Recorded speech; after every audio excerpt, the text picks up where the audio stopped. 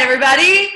Welcome to our team call. It is Wednesday, August 22nd, and I'm real excited about what we're going to do tonight because it's so different than what we normally do. So thank you to both Alyssa and Kinslee for being the first people to do this. So if you guys didn't read the announcement in the team page, what we're going to do, or maybe this is your very first team call. If it's your first team call, drop like a woo party time in the chat. And if you guys don't know who I am, my name is Keisha Fitzgerald, and I'm the founder of Team Fit Foundation, and I'm real excited to get to interview these girls tonight. So what we're going to do is I got so many questions. So I posted a graphic in the team page, and I was like, hey, what questions do you guys have for Kinslee and Alyssa? So apparently a lot of people, follow you guys on Instagram or know what you guys are doing and had a ton of questions for you. So I picked out some that I think will serve the biggest amount of the audience, right? So there were some questions that were really more specific to a particular situation or more to a different stage in the business. So I'm really going to talk more overview rather than like specific questions. So if you end up having something that comes up, feel free to drop it in the chat and I'll collect them as we go. But we'll get this party started. So thank you guys so much. I'm going to put you guys in speaker view just so everyone can see your faces. Oh, hey. Oh, look at you guys. You're like ready. So, okay, before we get started, let's do a little bit of like a backstory on each of you. And we'll have you each go very, very like 2 minutes or less backstory, kind of like how did you start as a coach and maybe what was life like before then and what it's like now, and try and concise that. Alyssa, your story's longer, so Kinslee, you go first while Alyssa concises that in her head. Okay. I was going to say, normally her story takes like 25 minutes. Yeah, so. 2-minute version, high level. Don't worry. But yeah, hi, I'm Kinslee. Nice to see you guys. I started coaching 17 months ago now. And when I first started, I was teaching full-time and I was tutoring after school or coaching soccer after school. So I had a very busy schedule. And I originally joined when my sister asked me like 4 times. And I was like, no, there's no way in heck. Like, I'm not doing that. That's your thing. Like, I could never do that. And finally, after she like bawled in my bedroom, literally when we were getting ready for the movies. Because she had to try the shakes. That was honestly the main thing. It wasn't the business side. Well, it was. But it was also the shakes for her IBS. Sorry. But I wasn't going to interrupt. Now I've lost my train of thought. That's what I told you would happen. Anyways, so yeah, basically I finally decided to give it a try because I was struggling a ton with my IBS. I got diagnosed with IBS like 5 years ago in college, and I always thought it was just the college food. And then post-college, I didn't know what it was, and I went to see a ton of doctors, tried all these different things, and nothing I was doing was helping. So I didn't think the shakes could help either, but I decided to give it a try since she had asked me so many times. And so, yeah, I gave it a try. And after a month, my stomach was feeling so much better. It was crazy. And then just seeing the coaching opportunity and having already fallen in love with the programs and this community and everything that this has to offer, I decided, why not give it a shot?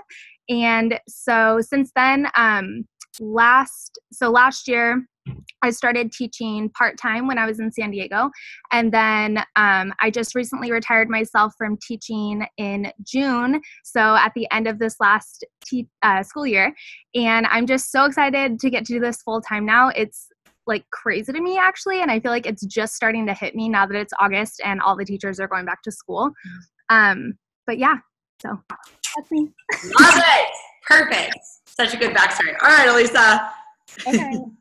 Okay. So yeah, mine. I'm going to hit bullet points. So basically, when I actually signed up to be a coach, I exclusively signed up for the discount. So I had done a challenge group with my coach, Jackie, shout out to Jackie, and absolutely loved the community. Totally for me, I had an auto, and I technically still have it because it's incurable, but you guys, nobody would ever know anymore because I haven't had symptoms for 2 years, i.e. since I started these programs and started eating according to the meal plans and drinking the shakes. But I was suffering from an autoimmune disease that was pretty nasty that I had been on steroids for about 8 years. And I was on the couch a ton. I was actually a widowed single mom. So I was 26 years old when my first husband passed away, and our daughter was 9 months old. That's a whole other story. But I basically was at this point where I knew I needed to try something. And I was kind of like, I'll try anything and everything, because I'd already gone to the gym. I'd gone to naturopaths, like this whole long list of things. And I had seen Jackie's post on Facebook about an accountability group. And I had no clue what it was, honestly, and didn't think it would probably work. I was a huge skeptic because, as you can imagine, like after suffering from something for 8 years and going to every doctor you can think of and throwing like $1 million, not really, but like a ton of money down the drain toward it. Like I was just sure that it wasn't going to work, but I was at the place where I was like, I know my daughter deserves more from me and deserves an energetic mom. I had no energy and was so dang tired every day that I was like, it's worth it to just try it.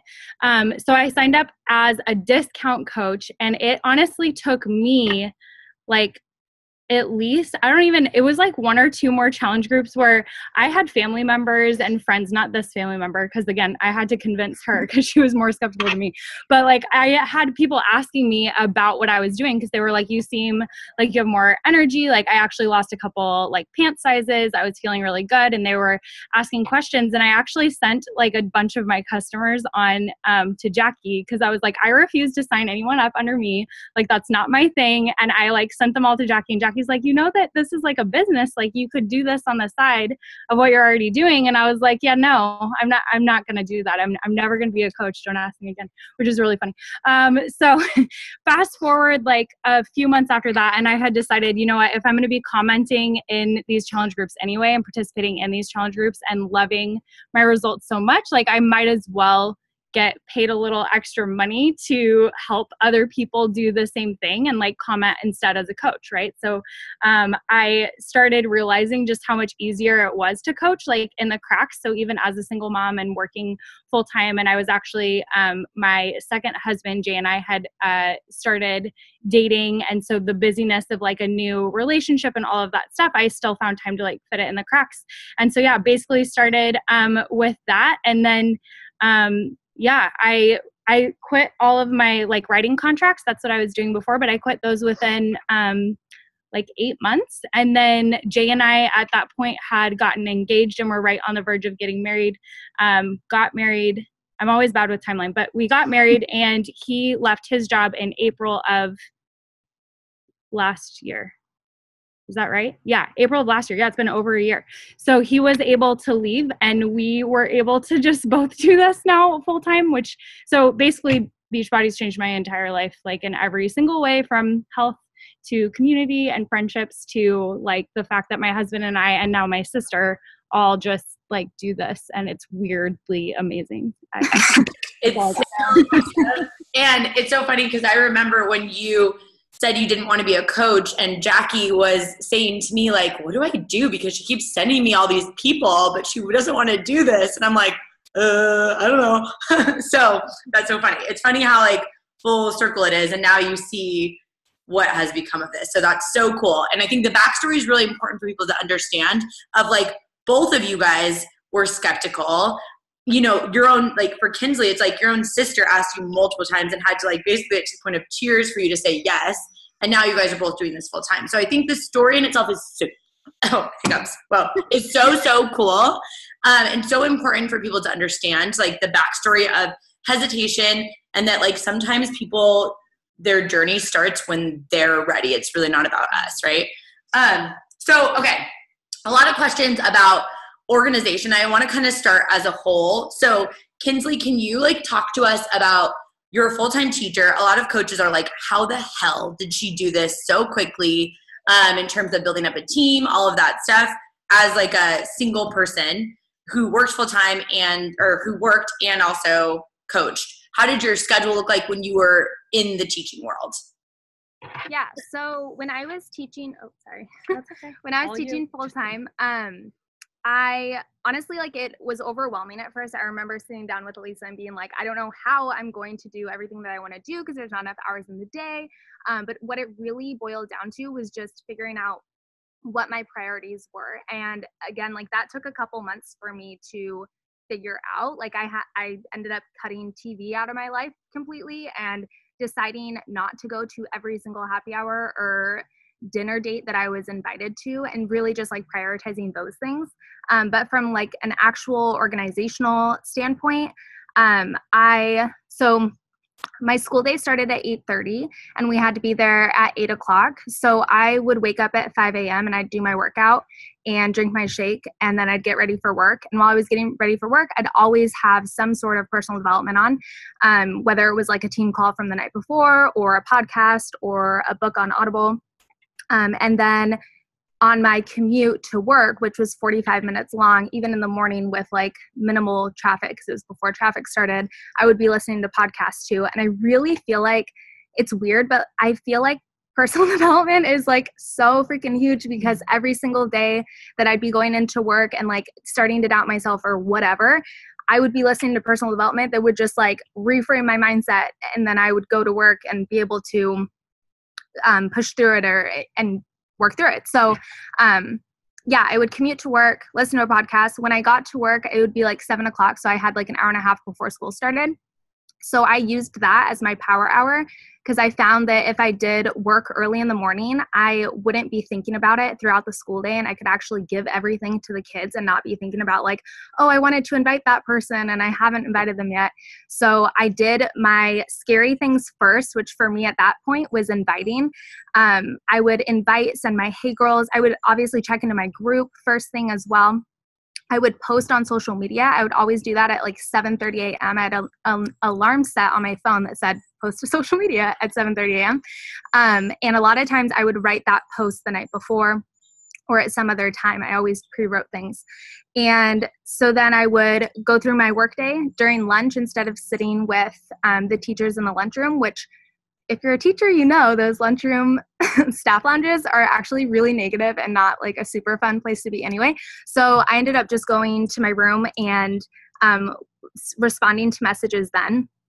After work, I was Mind you, she had huge goals and had fun doing this. So it's not like she was like, I can't be friends with anyone or hang out ever. Oh, no, it was totally. more so like she knew that she had big goals like after a little while and was like, I want to be able to do this. So it's not like I didn't hang out with anyone ever. It's just that once I realized that I wanted to take this full time, I realized that I needed to put more than 30 minutes to an hour towards my business every day. So I was probably working 2 to 3 hours on my business per day during this time of like an hour in the morning, 30 minutes at lunch, and like an hour and a half at night. So anyways, I would get home from work normally around like 7 p.m. and I would eat dinner, and then work for another hour before having an hour or two of unplugged time, which also is so important because there were times where I did not take unplugged time, and I swear I was the biggest raging bee ever to my roommates, and I like was a whole different person. And I was like, okay, it's because I've been like on my phone and like, what can I do? What else? I don't know, all that stuff. So unplugged time is super important too, as is PD. Love that. So helpful. Okay. Wait, can you hear me right now? Yeah. Okay. One quick follow-up on that before we jump over to Alyssa.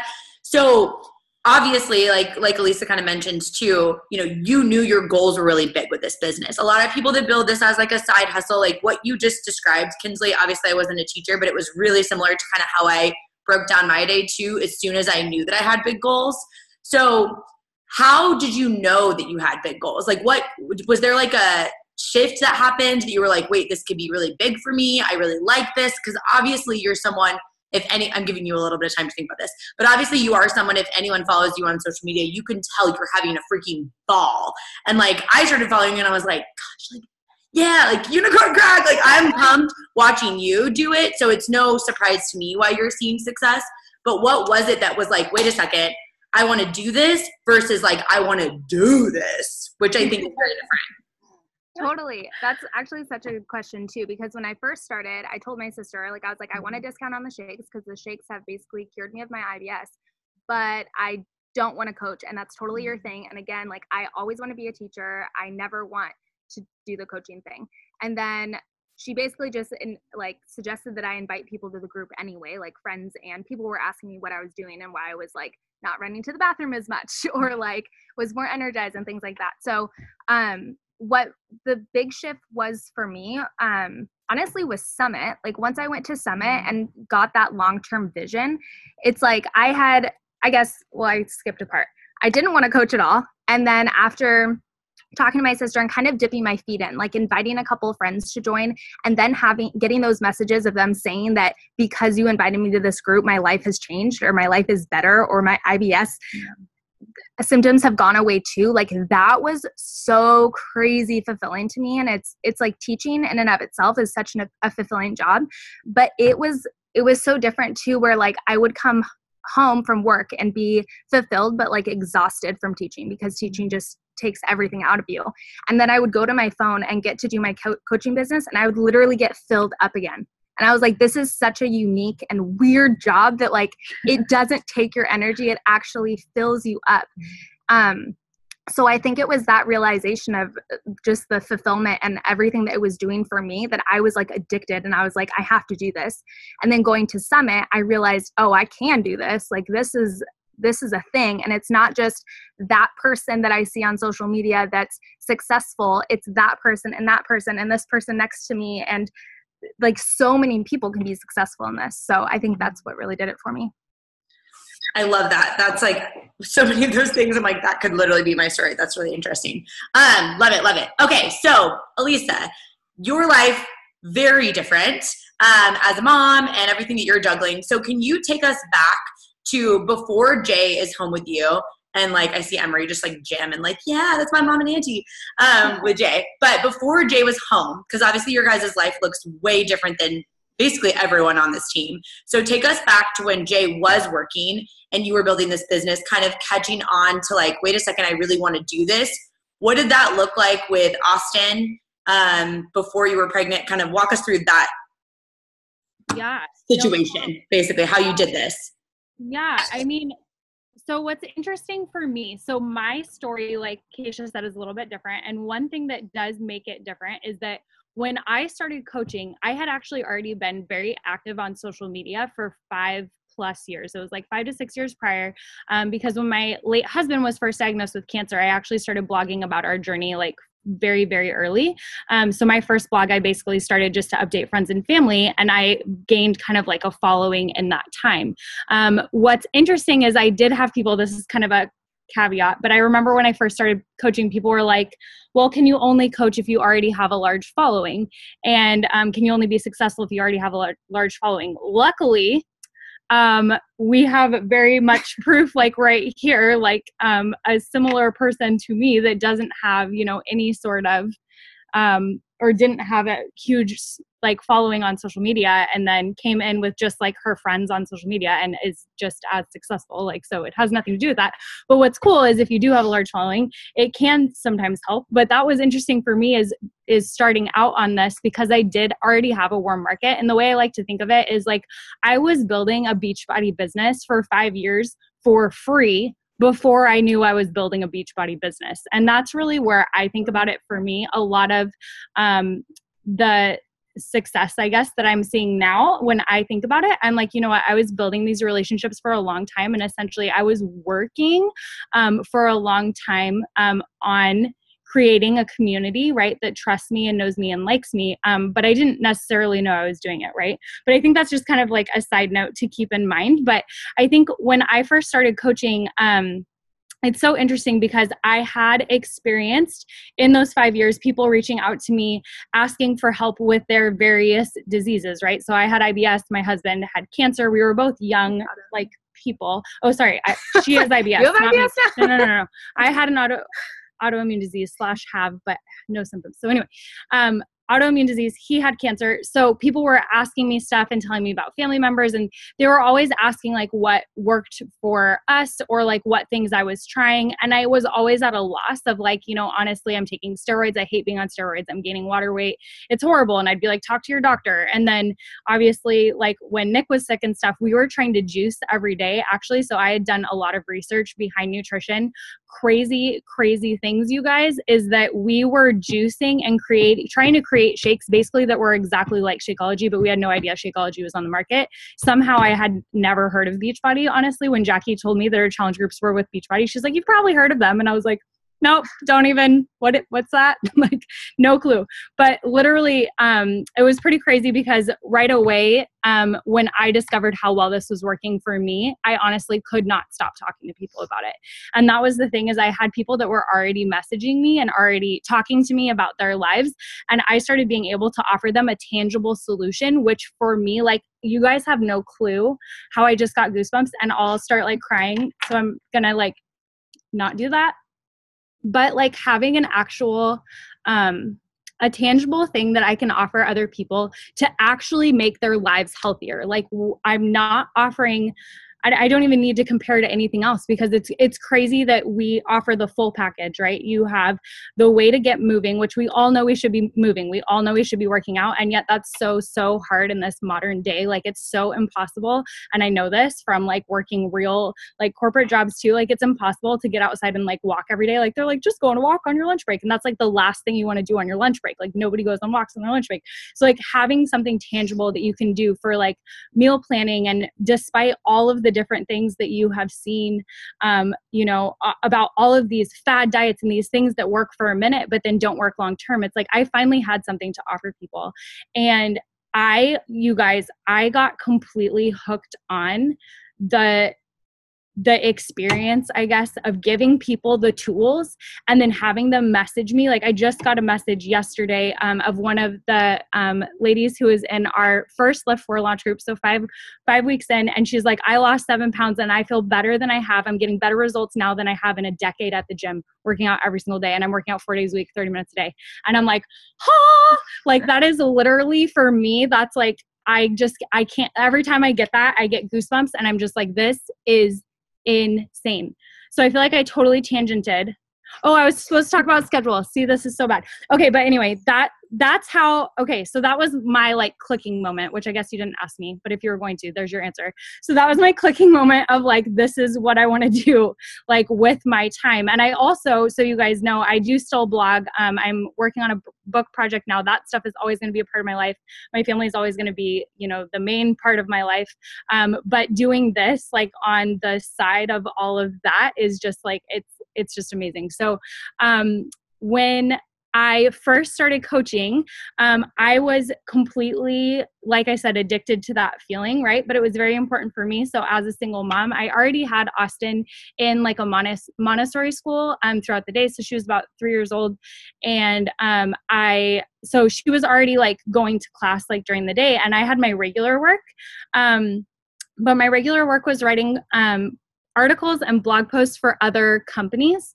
So it was something that, to be honest, was like, it was pretty easy for me to like hash those out pretty quickly if I was very focused. And prior to that, it's funny because the blog post that used to take me 2 hours suddenly only took me 30 minutes because I knew that I wanted to give myself a limited amount of time. And I've learned this now through personal development, and like some super geniuses like literally actually have this as like a rule. It's like a law in the universe, which I didn't realize when I was actually employing it. But that if you give yourself a certain amount of time for a specific task, you will finish it in that amount of time. Just like if you know you have 5 minutes to get ready for work and get out the door, you will find a way to like throw on one layer of mascara, put your hair in a messy bun, throw on like the jeans on the floor and go to work, and you'll be like at work. But if you have 2 hours to get ready, you're going to like curl your hair and you're going to like dilly dally and you're going to like sit on the couch, and like it's going to take you 2 hours to get ready for work, and you're going to get nothing else done in that 2 hours either. So like I figured that out pretty fast, and I started hammering out my like work that was paying my bills, because at the beginning Beachbody was not paying my bills, but I was hammering out my work really quickly so that I could do the fun stuff, which was running the challenge groups and talking to people. And to clarify, like not every single thing you do as a Beachbody coach by any means is like super fun. It's not like I'm always constantly like, oh my gosh, I'm so excited. I get to send 25 emails right now to follow up with these people and ask them if they want to change their shake flavor. Like that part, the 25 email part isn't as much fun, but there's so much about this that like outweighs the fun stuff. I don't know. And then the good messages. But so with Austin, like I was saying, I had her in school for a specific amount of time. I would get my work done. Then I would get my Beachbody work done. I also worked in the morning before she woke up, and then I worked at night when she went to bed.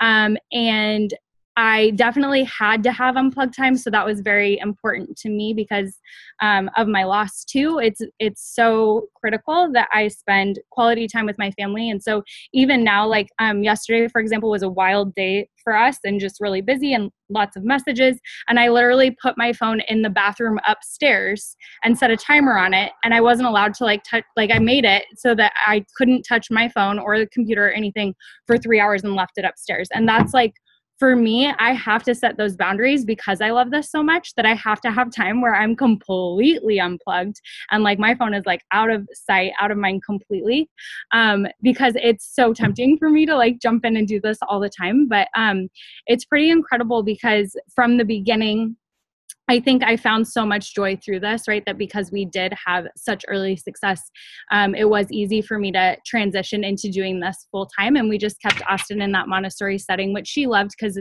she was the only, child until Em came along 5 months ago. So she was the only kid anyway. And it was great to have her there. And then I was doing Beachbody while she was at the Montessori for 3 or so hours a day. And then when she got home, it was me and, Jay was working the whole time. And then and then when he came home, obviously everything changed, but. Awesome. So good takeaways for moms would be, I love it. Good takeaways for moms, set boundaries, before work or before the kid gets up, after work, and being really intentional about blocking off chunks of time and honoring your priorities first. And we talk about this so much on our team that it's your family and your priorities and yourself have to come first. Otherwise, what's the point of having the success at the end of it, right? So, okay, so I want to jump into Kinslee. So Alyssa kind of touched on this in terms of her having a bigger following when she started, which is not most people's story, but I think you guys are a great contrasting example of people can never say, because there's also negatives that come with having a big following where you have to sort through people. You want to serve everyone. They're dealing with grief. A lot of them are cancer, related things that need a lot of time and attention. So there is pros and cons to a big following and to starting more organically. So Kinslee, I'd love if you could tell us kind of how you started to build your following on Instagram and maybe some tangible tips to actually grow your Instagram. If you're I'm new to this, where would you tell a new coach to kind of start and how to kind of build what you've built? Yeah, so when I first started, I had 600 followers probably on Instagram. So I definitely started with talking to all of them. And I'm talking I would write down 20 of their names and I'd reach out to 20 of them. I'd write the next 20. I wanted to make sure that I was talking to everyone that was following me. And the one thing that I started doing right away too, the minute that I decided that I was going to be building this, even as a part-time thing, before I went to Summit, just 1 month after starting, when I had gone through the challenge group and everything, is I decided that I was going to post on social media every single day, which a lot of times meant I was going to write the posts ahead of time. I would always try to keep in my notepads or a Google Doc, I would pre-write ideas, or especially if I was listening to personal development and they came up, I would jot those down, but sorry, that's a different topic. And what were we talking about? Oh, following. So, anyways, the point I wanted to make there is that I made sure that I was bringing value, however I could. So that meant posting on social or on my, my feed and on my Facebook feed once a day and posting on my story throughout the day, because I feel like one of the things that's changed for me a ton and why I'm getting more follow backs now than I used to maybe is because I'm just showing up more and I'm showing people more of me. I'm showing people more of what I'm doing. And I had to kind of train myself how to do that. At the very beginning, I didn't know what to post. I was literally here's my shake and here's my lunch, the end. And so people would look at that and they'd say, okay, she eats a shake or drinks a shake and she eats lunch. Cool. And that's it. So really just showing them more of how, the behind the scenes of what this is actually doing for me, what other people in the groups are saying, how this could help them, doing fun polls and things like that. Really just having fun with Instagram stories and Awkward with my dance posts parties, and awkward dance parties, of course. But I feel like that was huge for follow backs. Because I was going in, and at first too, I guess I probably wasn't following as many people. So that's something that's changed for me too. And why I've been getting more followers is because I'm following a lot more people now. So I make it fun because following people for some reason, like, it's not my favorite thing. It like the hey girl is more fun to me because that's when I'm like stalking their page and I get to actually like connect with them and start a conversation. But following people can be like kind of boring for me. So I always pick like my favorite song at the time, and I'll turn that on and I'll listen to it twice. And I try like a competition with myself of how many people can I follow in that amount of time. And the way that I find people to follow is like really random. I will like stalk people's friends as friends, and I basically just try to find someone that has a big following that I really vibe with, but they have a huge following, so like they probably wouldn't get back to me if I was messaging them. And I'll go into their followers and I'll start following people that look like I could be friends with them, literally just from the circle. Because I decided that like I don't want to waste my time going in and stalking their page yet if they don't like me. So I'm going to follow them and give them the chance to stalk me and decide if they like me, and then they can follow me back, and then I can start that conversation with them. So I think that's something that's kind of been that I shifted and has, I think, helped with my following. I don't really know exactly. I love that. So helpful. And just like a very simple thing that people can take away. If you're a brand new coach, like a lot of us forget about Casey Rishavi. Oh, she got married. Lawrence. Mentioned she in a video once your quote unquote dirt list, which is like the people that would buy dirt from you, like that war market first, then like Kinslee just mentioned, your current followers or your current Facebook friends. I know most of us are using Instagram, then simultaneously expanding your network. A lot of times we focus a lot on the social media aspect, forgetting that like Sally, who's the co-teacher in the room next door to you, might want to know why you are running out the door because of your, I was going to say like pooping, but I don't know. Okay. Anyways. So beside the point, you get what I'm saying. So, okay. Alyssa, question on that. So I know you guys kind of have a similar, so take like what Kinslee kind of just said and let's build on it. So basically you follow someone, they follow you back. What happens now? Like, what do you do now? Cause I know you guys kind of have a similar type process. Yeah. So Alyssa, do you want to talk on that? Yeah. So typically, I'll just reach out to them because, so again, I think part of this, right? I don't think you have to like be obsessed with other people necessarily, but you have to kind of like people. And I feel like I don't know if there's people out there that if you really just like hate human beings, you're going to have a hard time with this. But if you like human beings, and if you were at like, I don't know, not the store, because sometimes in the store I don't want people to talk to me, but I don't know, if you're at like a party and like people were hanging out and somebody came up and started a conversation with you and was like, hey, I like your pair of shoes. And you would want to talk back to them like normal person, right? So I feel like that's how I kind of think of this, like anybody that's following me and that I'm following, obviously, I will kind of think of it as like, okay, we're at like a party together. Like, what would I say to them if I wanted to like start a conversation? Because I don't want to sit over here by myself and like not talk to anybody, which is like true on social media too. Like, I don't really want to sit on social media and just like not talk to anybody. I feel like that's kind of weird anyway. So I message them, and like the team likes to call it a hey girl. You guys have kind of heard that, but for anybody who's new, you might not know what that is, but it's basically just like a conversation starter. And honestly, for me, I don't normally start with hey girl anymore. I more so just like to ask questions or just start a conversation. So I'll just be like, hey, like I saw your last post, like your family went to Lake Tahoe. Like, what was your favorite thing to do there? I'm thinking about going there this summer. And that's like not a lie. Like literally we're thinking about going there actually in the winter, but whatever.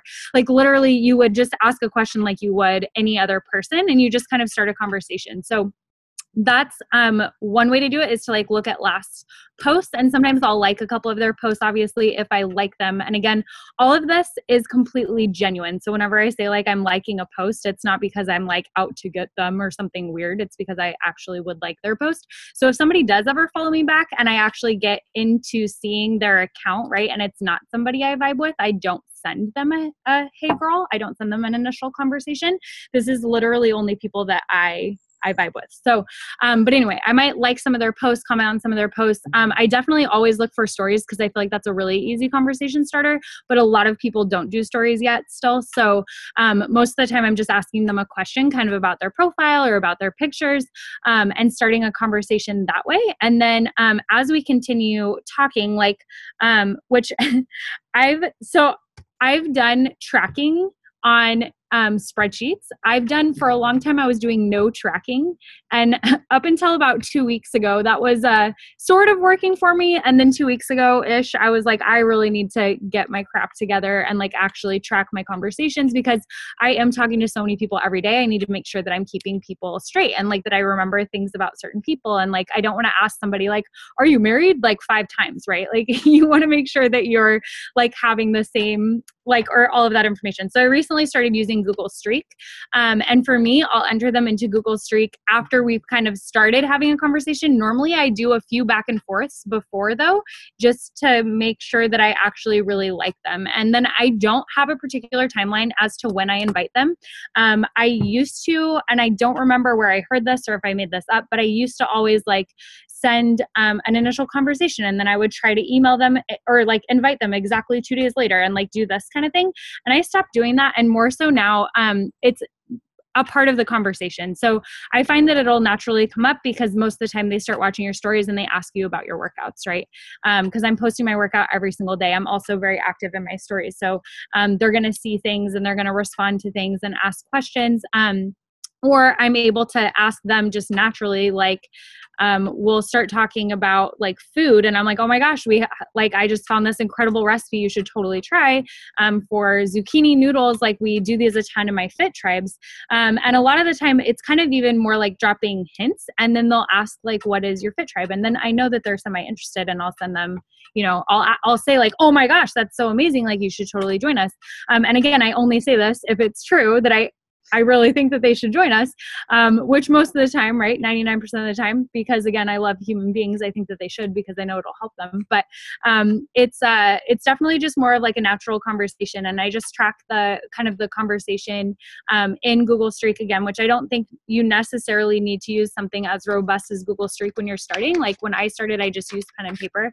But I do suggest continuing to track and not doing like a year of tracking like I did because put me in a fun spot. But I love that. That's so helpful. And even just like you said, responding to stories, if they do have stories, that's probably going to be your go-to rather than like scanning their profile and like everything you just said of like steadily bringing it in. And if anyone is a new coach listening to this or listening to the recording, you're like, that's the part that I struggle with.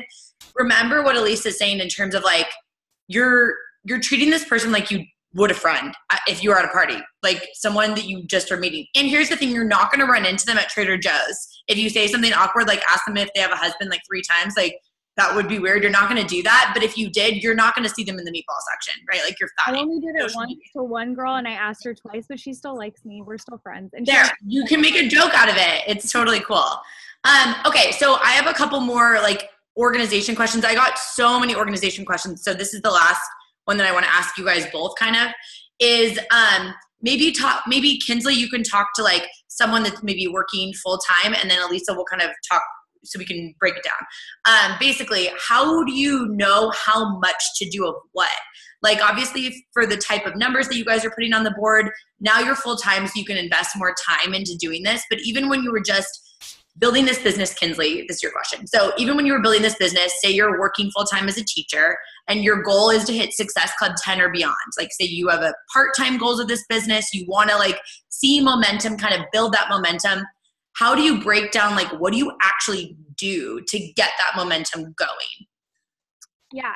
So I definitely think that, I don't know, I never like counted how many people exactly I was inviting. I tried that for a little bit and it honestly kind of took the fun out of it for me because I felt like I was just like tallying people and then they like weren't people, they were tallies and that just wasn't really fun for me. So I more just did like time frames and I did blocks of times that I worked on specific parts of my business. And again, I would always make sure that my business building activities, which are following new people, reaching out and connecting to people, following up with those conversations, inviting people, all of those things are, right, the things that are going to move your business forward. I made sure that those were the first things and the top priority things that I got to that day.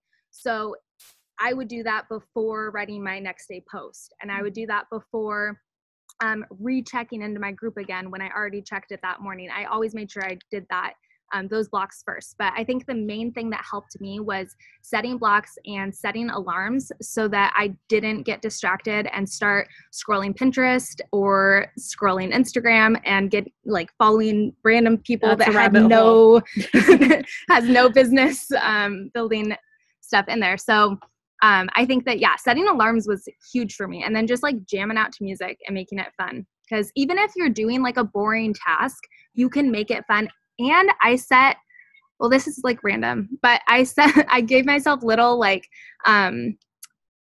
positive reinforcement. Like I'd be like, oh, you can, like I'd literally be like, you can't go to the bathroom until you, that's negative reinforcement. Never mind. I would do other fun things like you get to make yourself an ice cream if you finish this. Oh my God. Or like the other day, actually, we were going to go get our nails done and she was like, I can't leave until I do all of my like invites and all of my messages. So we got our nails. Yeah, we didn't leave until she was done. Yeah, I was just talking to Melissa Bixby this morning and I told her that like I can't buy my coffee until I finish what I was going to get done. And then the coffee tastes better. I feel like it tastes like a reward.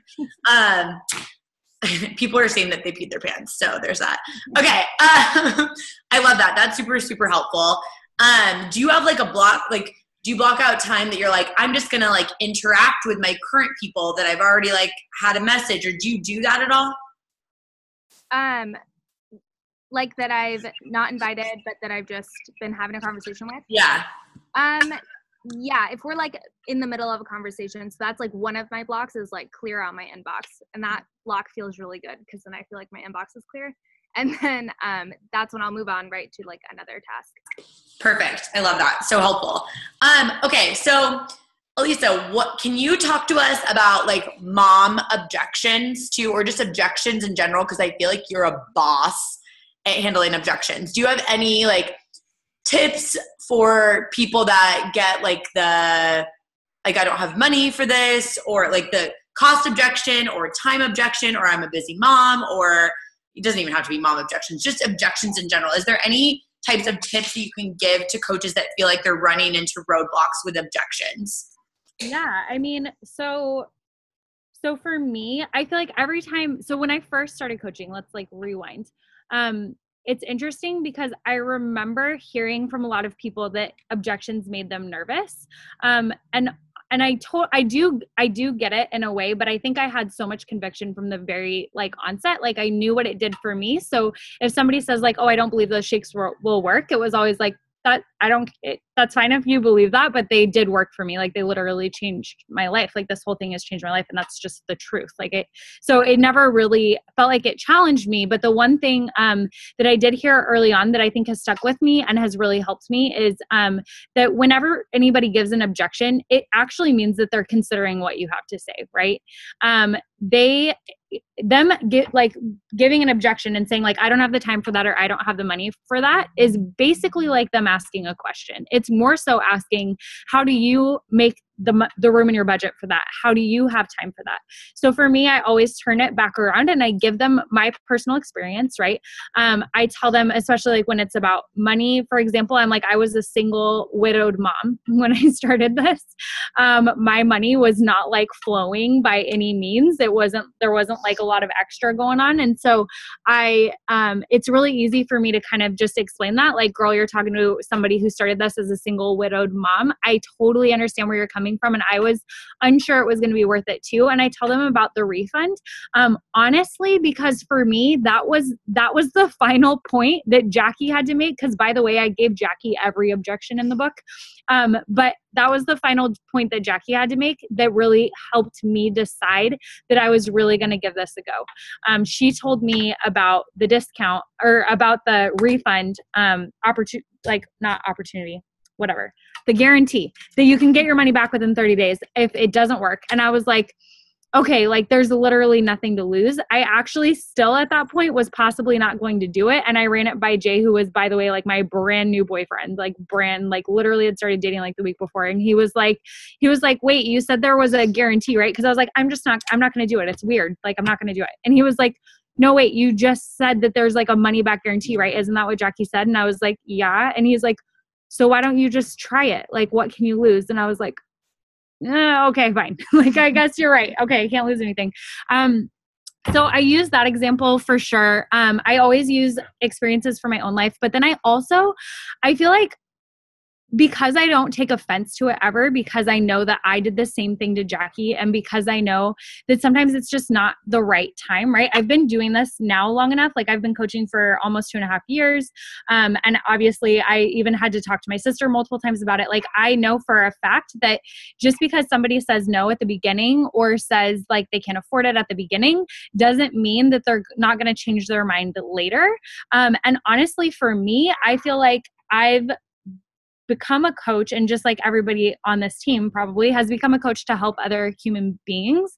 Why do I keep saying human beings? I don't know. Help other individuals. And whenever somebody, if they're not ready, right, and it's not the right time, like that's okay. And what's so great about tracking is if you know that somebody had interest in it, but they decided after you told them the cost that they didn't have the money, like you can even ask them, like, is it okay if I follow up with you in a few months? Or like, would it be helpful for me to follow up with you in 6 months once you graduate? Or like ask them if it's okay if you follow up, if it's okay if you stalk them in the meantime, those kind of questions, because honestly that will, and those kind of things I did track. If they said, yes, follow up with me, I did write that down. But make sure that you do follow up with them, because so often people are just trying to see, number one, I think too, at the beginning of coaching, you guys, I can't even tell you this last, like this month in particular, most of the people I have signed up thus far this month, I was going to do the math and I forgot, but I would guess that about 70% of the people that I have signed up this month have told me that they have been following me for over 2 to 4 years. I had a lady tell me who signed up last night, said that she's been following me on social media for 6 years and reading all of my posts. I've never once seen her name. Like I've never seen her comment. I've never seen her like. She might have, and maybe I missed it, but I've never seen it. And it's like these, like people will watch you for a long period of time and they won't join you until they're sure that number one, it's working for you. Number two, that you're still committed. Like there's so many different things and so many people, you guys, so many people that have signed up in this last year that I think we're literally just sitting there seeing if I was going to like keep doing this a year later, or if it was just a fad in my life or something that I was doing just to, make money or just to do whatever. But when they see that I'm still drinking the shakes, I'm still doing the workouts, it's still like, it brought me out of my last, through my entire pregnancy and beyond, right? I got these incredible results with 80-day obsession just 2 months after giving birth to my daughter. And it's like, when they see this stuff, right, it's really easy for them to combat their own objections. So like all the things that they told me 2 years ago when I first invited them, like I have people responding back to invites that they ghosted 2 years ago, responding back this week and saying like, okay, I'm ready. Like, and I invited them to, and my invites 2 years ago were like kind of crazy, but it doesn't matter. Like, that's the thing, is that we cannot say the wrong thing to the right person, and we can't say the right thing to the wrong person, or the right thing to the right person at the wrong time. If it's the wrong time in their life, it's just the wrong time in their life, and that's okay too. So I think so much of it is really just conviction and like knowing that what I have, that it works, and being very solid in that. So when I talk to people, everything that they say, it doesn't sway how I feel about it. You know what I mean? People can say all day long, they can say, oh, it's a pyramid scheme, or it's this, or it's that. And I know all that stuff isn't true. So it's like, they can say that all they want, but it doesn't change what I know. Right. So I think that's really good verbiage and really good mindset for people to go into. Like, I don't know if you could see like the mic drop stuff in the comments, but it's so helpful. And like, I think you nailed it on the follow-up aspect. I would say 80% of my challenge packs come from follow-ups. And like what I've been telling a lot of new coaches recently too, is like, you have to have all of these buckets to have a healthy business. Like, You've got to have the no so that you can prove that you actually care and do the follow-up, right? You've got to have the not right now so that they'll come around when you do a follow-up. You've got to have the people that say yes so you can like hit your goals, right? But it's like that mixture. I think you nailed that, Lisa. So, okay, we don't have very much time left. So I want to do one more question that's business related, and then I want you guys to, like, if you have any like advice or anything like that. So, in terms of content, like people had questions on content, a lot of questions, like how you kind of come up with your content. Does anyone, either one of you guys, have like a short little tidbit of like, I feel like I don't know what to post, like Kinslee, you were saying this, like I don't know what to post and I want to be consistent. I want to show up every day, maybe pre-write those posts because I work full time or I have a crazy mom life. Do you have any tips of how you guys have done that and made that work so that you could stay so consistent and build that credibility?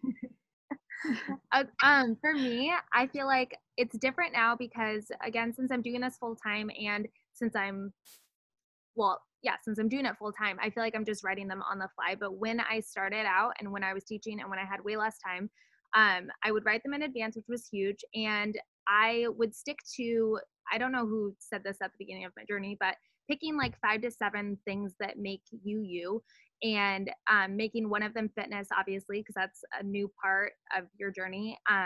So I was always talking about, I literally had a list of like fitness, IBS, teaching, hiking or being outdoors, inspiration, and family, I think were my ones, and maybe like soccer sometimes. And I would make sure that I was cycling through those topics in like lifestyle, like what I'm doing with my friends and things like that I would cycle through those every week. So when I sat down to write a post, I would just look and say, okay, over the last few days, I've talked about my upcoming challenge group. I've talked about, and coaching should be a topic as well for all of us because we're all coaches. I've talked about coaching, one aspect of it, which like it literally could be income. It could be the community. It could be so many different things, right? With coaching, it's not just one thing. And then I would just switch around to topics. And a lot of things that I would think of too came from a lot of like personal development. And anytime that I heard them say something that like clicked in my mind, I'd write something about it in my notepad so that I could refer back to that later on when I was writing a post. And I have a tip on that point really quick, is that I do the same thing. Like I have a list of like areas that I try to focus on. But one thing that helped me a ton early on, which I do think that content gets easier the longer you've done this, it definitely gets easier. But I remember early on, I would have days where I was like, okay, I have to do a post about like relationships today. And because that's like one of my topics. And I'm like, I don't have anything to say about relationships. Like, what do I say? And my like quick tip is like, go to Pinterest, type in your topic with the word quote, relationship quote. And then I made myself pick from the top layer of results. I was not allowed to scroll because that could take you 12 years, but pick from the top layer of quotes and pick a quote that like you have an opinion about, like, oh, that's a quote that I like agree with or disagree with or whatever, and literally use it as like an essay prompt. Like we all had essay prompts in like high school, right? Where they would be like, okay, write a paper on this topic. Like literally just make yourself write 2 paragraphs about that quote and whether or not you agree with it, and then post it with a picture. That's it. And then that's like my quick tip. And then taking pictures throughout your day or your life. Like I'm not always completely ready, or especially wasn't when I was like single mom in it and like crazy busier. So which I'm still, to be honest, I'm still crazy busy, but I just didn't make more time for it now. But I used to not get ready every day. On the days I did get ready, I would change my shirt a few times and like take pictures like in different spots of my house and different shirts, but all on the same day. Cause I mean, I don't know, it would save you time, right? And then you have like 3 pictures to use throughout the week instead of having to take like multiple ones. So good. I remember Rachel Sampson did an Instagram training about that. And I was like, what? You like I never even thought about that, where I'm like, my hair like looks like this. Your hair one time and then so smart. Okay. Last like final question. I'm going to split it up for each of you guys. So Kinslee, I want you to talk like your advice for a newer coach who's like, oh, like, I don't know how to do this. Like, can I really do this? But I have big goals. Like a lot of people send me messages of like, how the hell did Kinslee do this so quickly? Both of you guys, honestly. Huge bug landed on your table. Oh God, don't break your computer. So, oh, it's a bee. I thought you dumped your water on your computer. Huge bug. Sorry. A beetle? Oh my God. Okay, so Kinslee, talk to like newer coaches that have big goals in this business. Any advice that you have, mindset, why you think it's worth it, how they might feel. You talk to newer coaches, and then Alyssa, I'm going to ask you the final question is going to be like advice for anyone at any stage that feels stuck. She's a mom. She can multitask. She can hear me. Okay, Kinslee, you're up. Okay. My advice for a newer coach, something, let me think about this. I think it's to really just remember that you are your unique person. You have your own story and your own journey. It doesn't matter about anyone else's story on here. Like, I struggled with that a lot at first because I was looking at my sister with this crazy story and this crazy following, and I started playing the comparison game. And I had to stop that really fast. I have something to offer. Each one of you has something unique to offer. Somebody out there needs you, not me, not Alyssa, not Keisha, not anyone else, but they need you to reach out to them. They need you to continue showing up for yourself, and they need you to continue sharing that journey on your social media and with them in private messages. So I think that's my biggest tip, is to just be true to yourself. And I know that that's just like something they say, but like, just be you and show up and do the vitals. And it will happen over time. Like, it's consistency over time is how this business is built.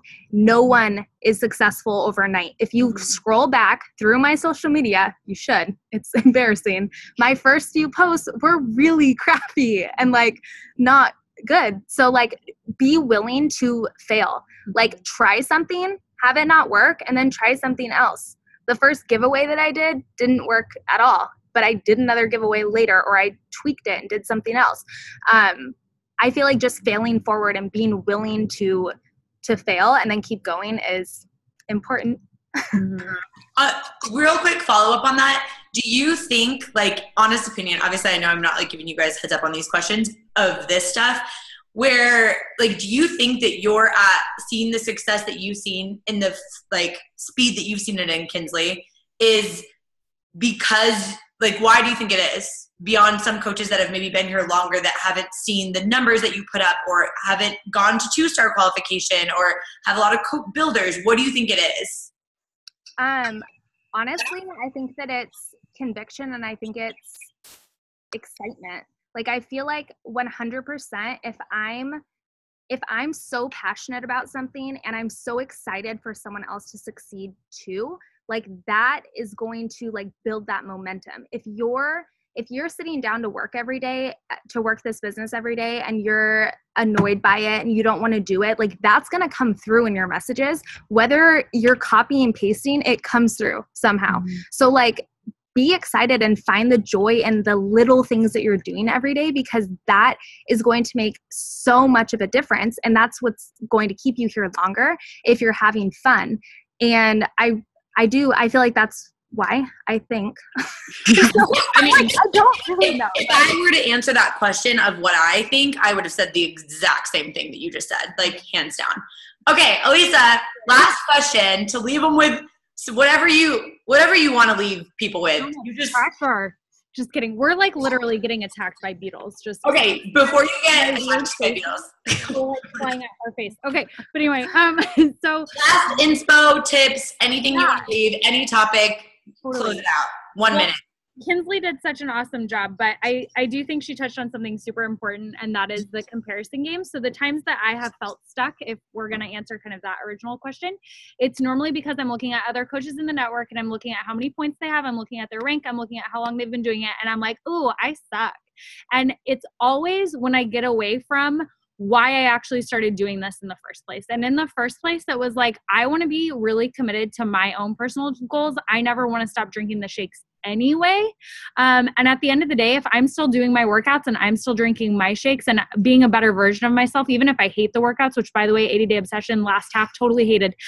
If you are hating your workouts, it's totally fine, because I know I'm becoming a better version of myself. So in the end, if that is the case, I was determined and bound to keep going. And I had to remember that on the days that I did get stuck, because I definitely was at 1 star forever. It felt like at the beginning of this year, I was 1 star.